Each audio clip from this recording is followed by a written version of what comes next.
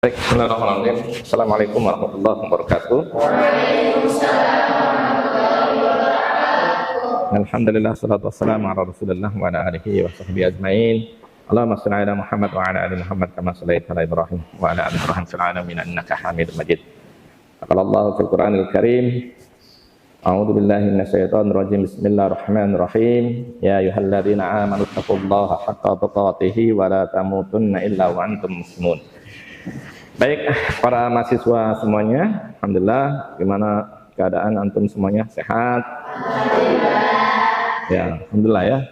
Allah Subhanahu wa taala memberikan kesempatan kepada kita ya, kenikmatan iman, Islam, kenikmatan sehat. Nah, ini kadang-kadang besar nikmatnya kalau sudah hilang, nah, baru berasa gitu ya. Tapi ketika sehat, kita tidak pernah mensyukuri nikmat dari Allah Subhanahu wa taala. Maka teman-teman semuanya, ya kita bersyukur atas karunia Allah Subhanahu wa taala, atas segala limpahannya dengan bersyukur dengan lisan, yaitu dengan berzikir kepada Allah Subhanahu wa taala ya. Bersyukur dengan amal, ya kita melaksanakan segala perintahnya, dan bersyukur dengan qalbun, yaitu dengan meyakini bahwa tiada ilah selain daripada Allah Subhanahu wa taala. Nah, anak-anakku semuanya, ya mahasiswa KPI, prodi KPI, mata kuliah Sejarah Peradaban Islam ya. Jadi insyaallah hari ini kita akan menguraikan ya kenapa kita belajar sejarah peradaban Islam. Ya, jadi salah satu mata kuliah di KPI ini adalah sejarah peradaban Islam ya. Jadi KPI prodinya, namun salah satu mata kuliahnya adalah sejarah peradaban Islam. Nah, kita lihat ya deskripsi singkat dari mata kuliah sejarah peradaban Islam adalah mata kuliah ya, yang kemudian mempelajari sejarah kejayaan maupun kemunduran peradaban Islam dari masa Nabi Muhammad ya sampai kepada era modern ini. Jadi mata kuliah sejarah peradaban Islam mempelajari terkait dengan ya banyak peristiwa dalam peradaban Islam, mulai ketika Rasulullah SAW ya diutus menjadi Rasul. Nah, ketika sudah diutus menjadi Rasul ya kemudian Rasulullah berdakwah. Ya, sampai berdakwah itu ya kadang diterima, kadang lebih banyaknya ditolak ya oleh orang-orang musyrikin. Sampai kemudian ya fase-fasenya, tahapan-tahapannya kemudian kita catat ya. Kita catat sampai kemudian sekarang ya. Maka tidak mungkin hari ini kita bisa memeluk Islam di Indonesia ini tanpa mengkaji terkait dengan sejarah peradaban Islam. Ya, kita masuk ya Islam ini ke bumi Nusantara kapan? Ya, kapan? Menurut kalian kapan itu? Abad keberapa? Abad Islam masuk ke Nusantara. Islam masuk ke Indonesia. Kira-kira abad keberapa? Abad ke? Betul 15? Abad 15. Nah, ya. Nah, nanti ada perdebatan ya, bagaimana teori-teori Islam berkaitan dengan masuknya Islam ke Nusantara ya. Yang paling kuat adalah teori ya dari Buya Hamka yang mengatakan bahwa Islam itu masuk pada masa awal. Jadi ketika Rasulullah dakwah, kemudian diantara para sahabat atau yang hidup ya, pada zaman Rasulullah SAW kemudian ada yang memeluk Islam, dan antara mereka kemudian ada yang melakukan aktivitas perdagangan sampailah ke Indonesia ya, sehingga ya, masuklah Islam. Jadi studi kajian kita terkait dengan sejarah peradaban Islam itu adalah bagaimana mempelajari kejayaan maupun kemunduran. Apa kira-kira manfaatnya kita mempelajari kejayaan dan kemunduran Islam? Kira-kira apa, Ismail? Ya.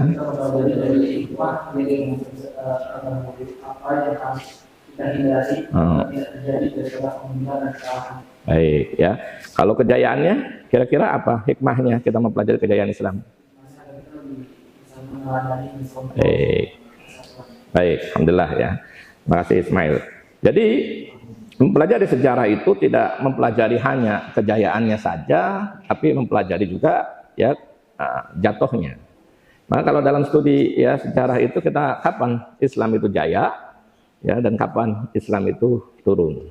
Nah, kalau sekarang tanya kira-kira dalam pandangan kalian hari ini Indonesia ini kira-kira dalam keadaan jaya atau dalam keadaan turun Islamnya? Kenapa? Apa parameternya? Hah?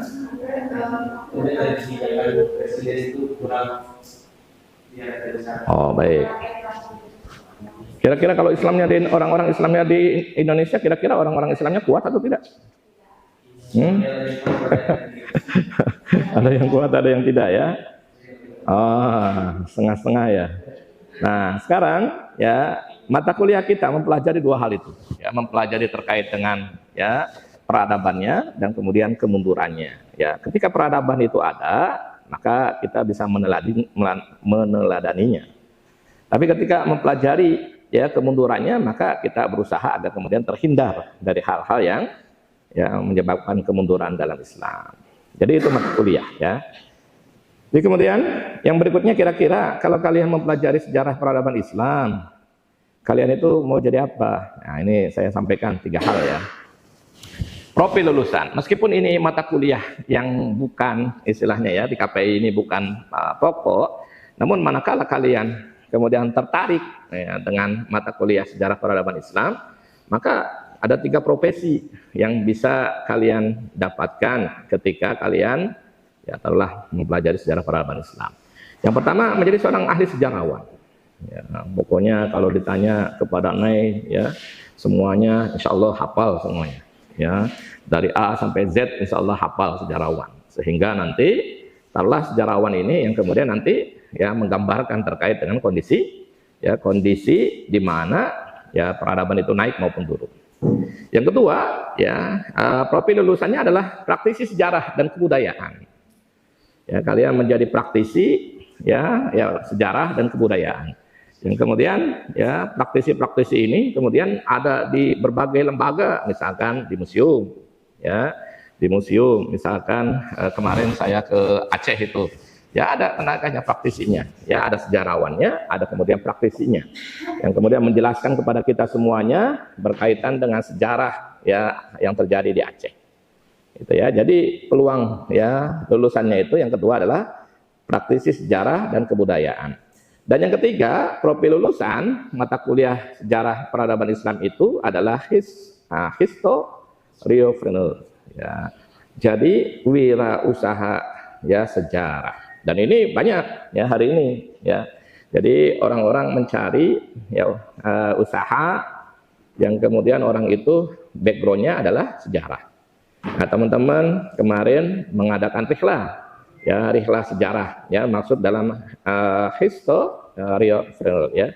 Mereka pergi ke Padang yang kemudian mereka jelaskan tuh yang ikut turnya itu ya, jelaskan terkait dengan Buya Hamka ya, kemudian terkait dengan Muhammad Nasir dan yang lainnya, semuanya dijelaskan. Nah, itu menjadi peluang.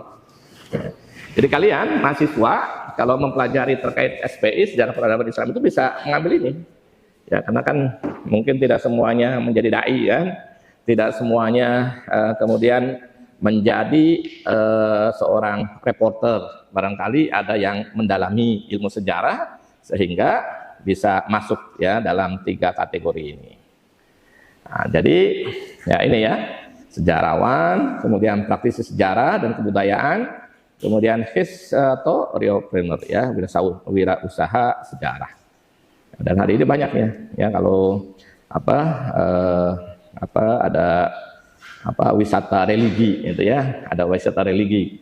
Nah, sekarang lagi membudaya juga ya wisata sejarah.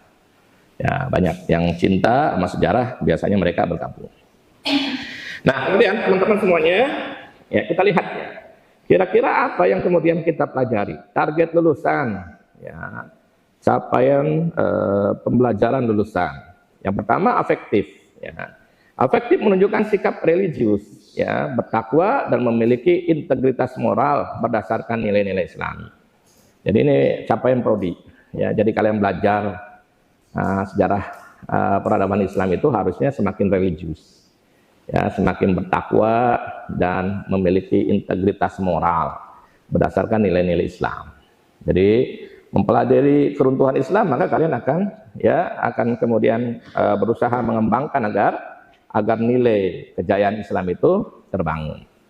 Kemudian nilai afektif yang kedua yaitu mampu meneladani keteladanan, akhlak mulia, ya, dan mengambil pelajaran daripada tokoh dalam sejarah Islam. Jadi fungsi mempelajari sejarah peradaban Islam ini dari Rasulullah SAW sampai sekarang itu mempelajari studi case tokoh. Bagaimana kita mempelajari tokoh-tokoh itu, ya, dari Rasulullah SAW, apa kemuliaannya Rasulullah SAW. Kemudian setelah Rasulullah SAW meninggal, digantikan dengan Abu Bakar, Umar, Utsman, dan Ali. Apa kemuliaan mereka? Ya, maka ya ketika kita sudah tahu, ya, maka kemudian kita mampu meneladani, ya, akhlak mulia dan mengambil pelajaran dari tokoh dalam sejarah Islam.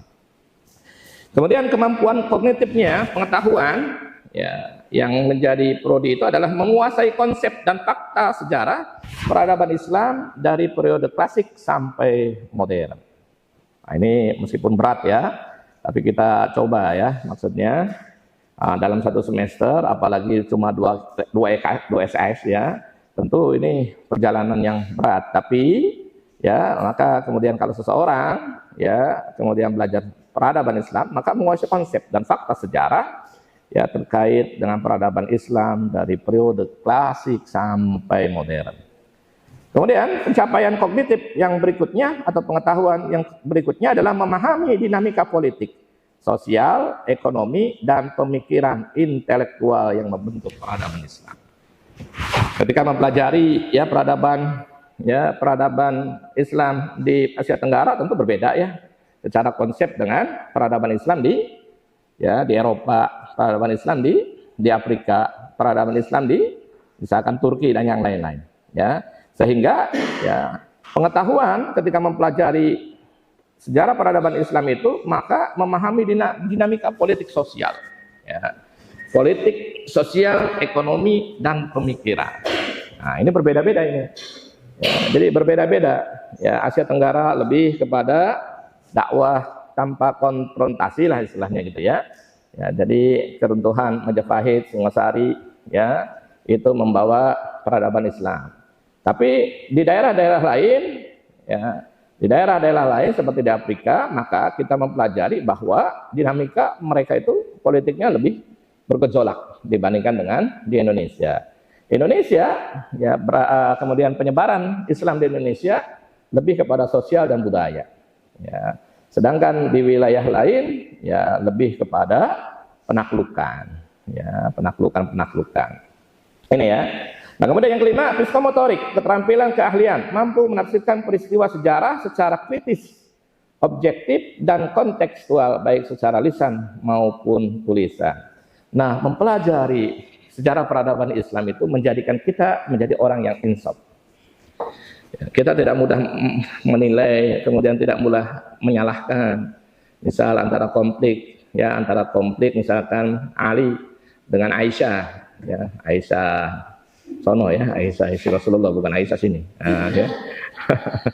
Ya, jadi Aisyah, ya. Kemudian antara Ali dengan Muawiyah. Nah, itu, ya, mendefinisikannya tidak mudah, ya. Butuh, ya, membaca berulang sehingga kemudian ketika kita melihat insaf, ya, kita tidak termasuk yang menyalahkan para sahabat. Karena sahabat itu, ya, kalau dalam hadis itu orang yang adil, ya, nah, dengan segala kekurangannya. Kemudian yang keenam, psikomotorik, keterampilan keahlian, terampil dalam mengkomunikasikan gagasan ilmiah, ya, terkait sejarah Islam baik secara lisan maupun tulisan. Kemudian yang terakhir, mampu melakukan penelitian awal dan mengelola data serta arsip terkait dengan sejarah peradaban Islam.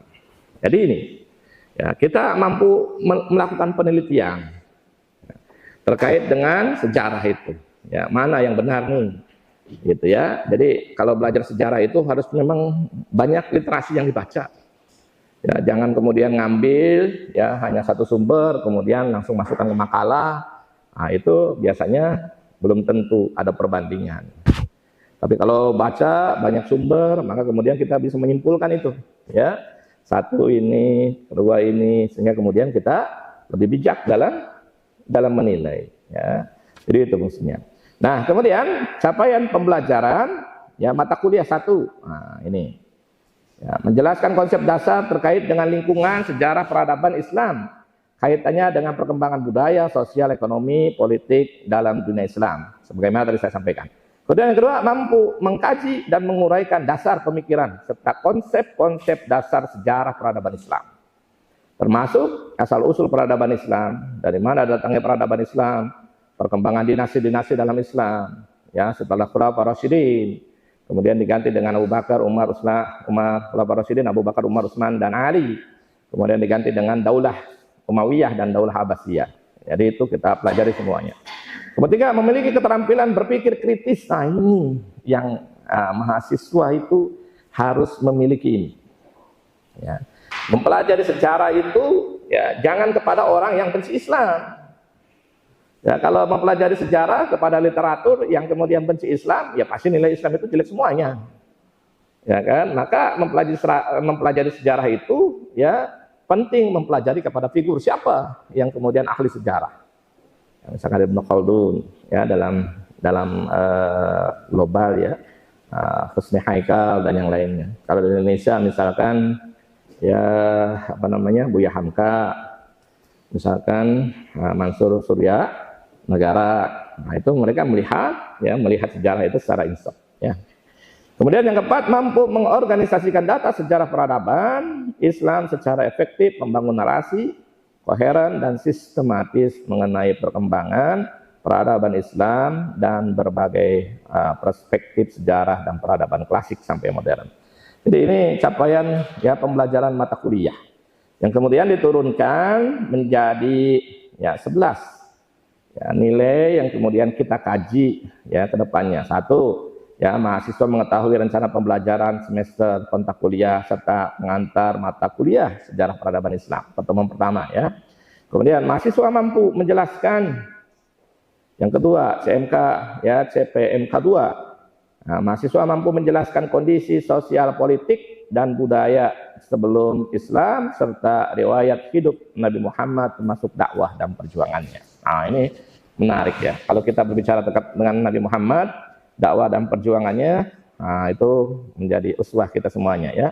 Sebagaimana katakan qad kana lakum fi Rasulillahi uswatun hasanah. Kemudian CPMK 3, mahasiswa mampu menguraikan pembentukan negara Madinah dan kejayaan Nabi Muhammad SAW di Madinah. Ya. Jadi kalau nanti mempelajari teori Makkah, teori Madinah ya, ada ayat-ayat Makkiyah, ada ayat-ayat Madaniyah. Ayat-ayat Makkiyah terkait dengan tauhid, terkait dengan akidah. Ayat-ayat Madaniyah terkait dengan hukum. Ya, jadi kajiannya itu seperti itu. Ya, jadi maka kalau mempelajari nanti Al-Quran itu lihat ya turun di mana. Salah satunya menafsirkan hadis, menafsirkan Al-Quran itu begitu. Kemudian yang keempat, mahasiswa mampu menjelaskan kejayaan dan keunggulan pemerintah Daulah Umayyah dan Daulah Abbasiyah. Setelah tentunya mempelajari Khulafaur Rasyidin. Ya.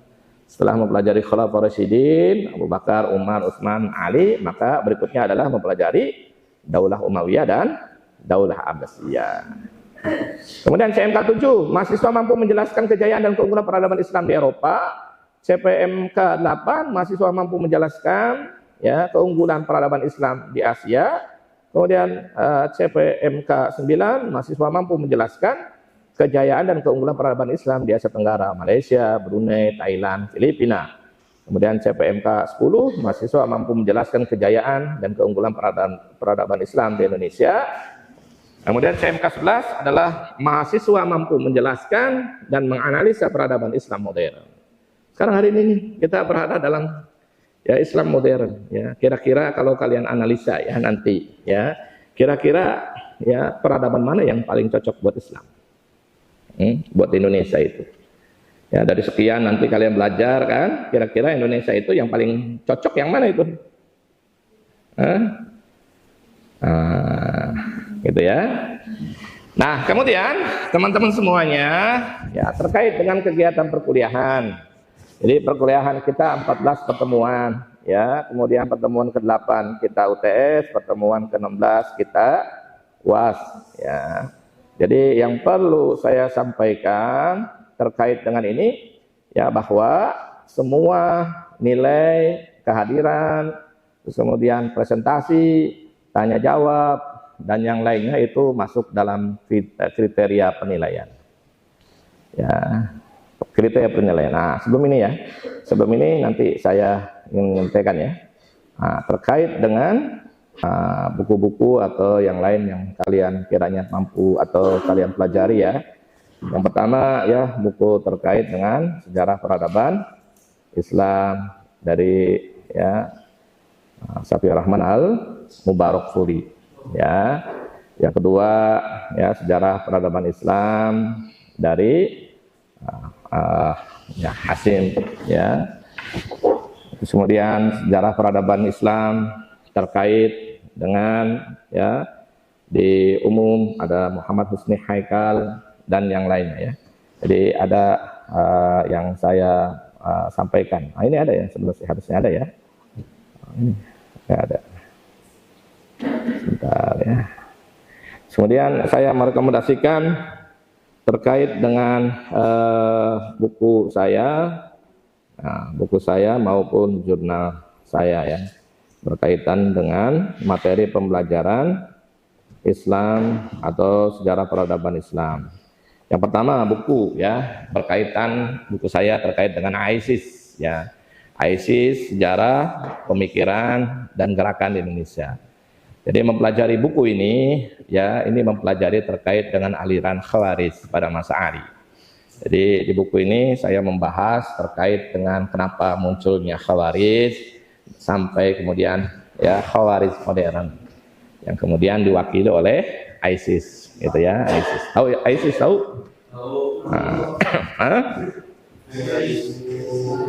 2000 berapa itu? 2014 ya. 2014 ya. Nah, itu bagian dari disertasi saya ya.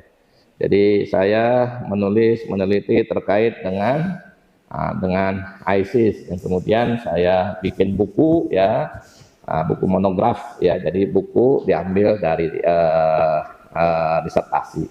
Nah, itu yang pertama. Ya, jadi nanti kalau pas pembahasan terkait dengan masa Khalifah Ali bin Abi Thalib, gitu ya, terus kemudian pertentangan antara Ali dengan Aisyah, sampai kemudian pertentangan antara Ali dengan Muawiyah, ya, sampai kemudian ada orang-orang yang dulunya ya menjadi pendukung Ali, Syiah Ali, kemudian keluar justru dari barisan Ali, ya, dari barisan Ali yang dikatakan sebagai Khawarij, Kharaja, ya. Dan inilah yang kemudian, kelompok inilah yang kemudian menjadi cikal bakal orang-orang atau kelompok yang sangat memudahkan mengkafirkan. Dulu Ali aja dikafirkan, ya, Muawiyah aja dikafirkan, gitu ya. Semuanya dikafirkan. Ya, itu sahabat loh, ya. Sahabat dikafirkan, gitu ya. Dikafirkan. Nah, sekarang yang mempelajari terkait dengan kelompok itu ada. Jadi apakah ideologi itu akan mati? Pertanyaannya. Apakah ideologi itu akan mati? Orang yang memiliki pemikiran seperti Khawarij itu akan senantiasa ada atau tidak?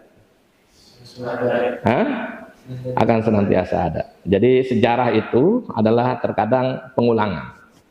Ya, sejarah itu pengulangan. Ya, pengulangan terkait dengan kejadian-kejadian. Ya. Itu, jadi silahkan nanti kalau mau baca boleh ya. Kemudian yang kedua, jurnal saya ya berkaitan dengan politik struggle for the renewal of the Ottoman Empire ya. Jadi pertempuran politik ya pada dinasti Ottoman Empire ya. Jadi ini mempelajari terkait dengan kekuasaan di Turki ya. Ottoman ya. Nah, itu bisa diambil sebagai referensi gitu ya. Dan yang ketiga diambil dari ya terakhir ya terkait dengan the political battle for local language under the Arabian domination in the Umayyad and Abbasid Khalifah. Nah, ini jurnal yang ketiga. Nah, ini berbicara atau mengupas terkait dengan politik, ya. Politik, ya, politik, pertempuran politik, ya, dalam bahasa lokal, ya, bahasa lokal, ya, dalam kekhalifahan Bani Umayyah dan Bani Abbasiyah. Jadi dominasi Arab itu, ya, datang ke Suriah gitu ya dengan politik bahasa Arabnya, sedangkan di Suriah dinasti Umayyah pun ternyata ada bahasa lokalnya. Di dinasti Abbasiyah pun ada bahasa lokalnya. Bagaimana ya itu kemudian ya bisa terjadi pada masa khalifah, ya, pada masa khalifah, ya, dinasti Umayyah maupun dinasti Abbasiyah. Nah, itu boleh nanti silahkanlah kalau kalian ini tinggal riset aja lah, dibaca ya, mudah-mudahan nambah literasi ya terkait dengan hal itu. Nah, kemudian yang terakhir yang saya sampaikan bahwa ya penilaian terkait dengan sejarah peradaban Islam ini meliputi satu, kehadiran ini sama ya.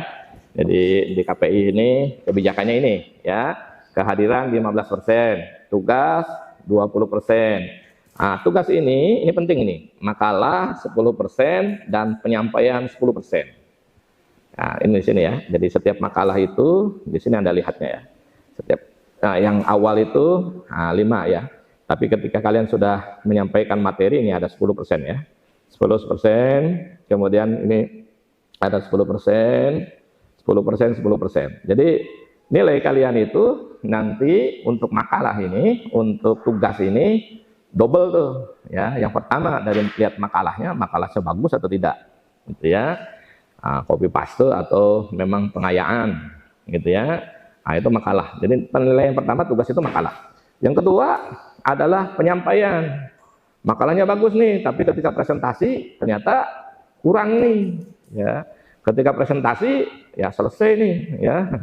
Selesai buru-buru selesai. Nah, itu bisa dapat setengahnya ya, 50 ya, 10% sama 10%. Nah, kalau bagus dua-duanya 20%. Jadi nanti 100 dari 20 lah. Nanti 15 kalau kehadiran itu 15. Siapa yang enggak pernah absen, itu nilainya 15. Ya. Ada nih, absen di bawah nih.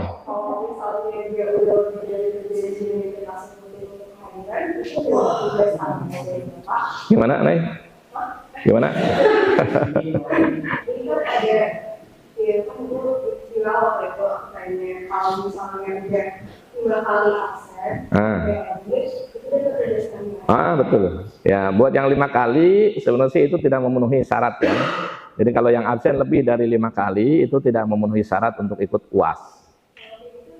Nah, kalau nanti UASnya ikut tapi ada tugas tambahan gitu ya.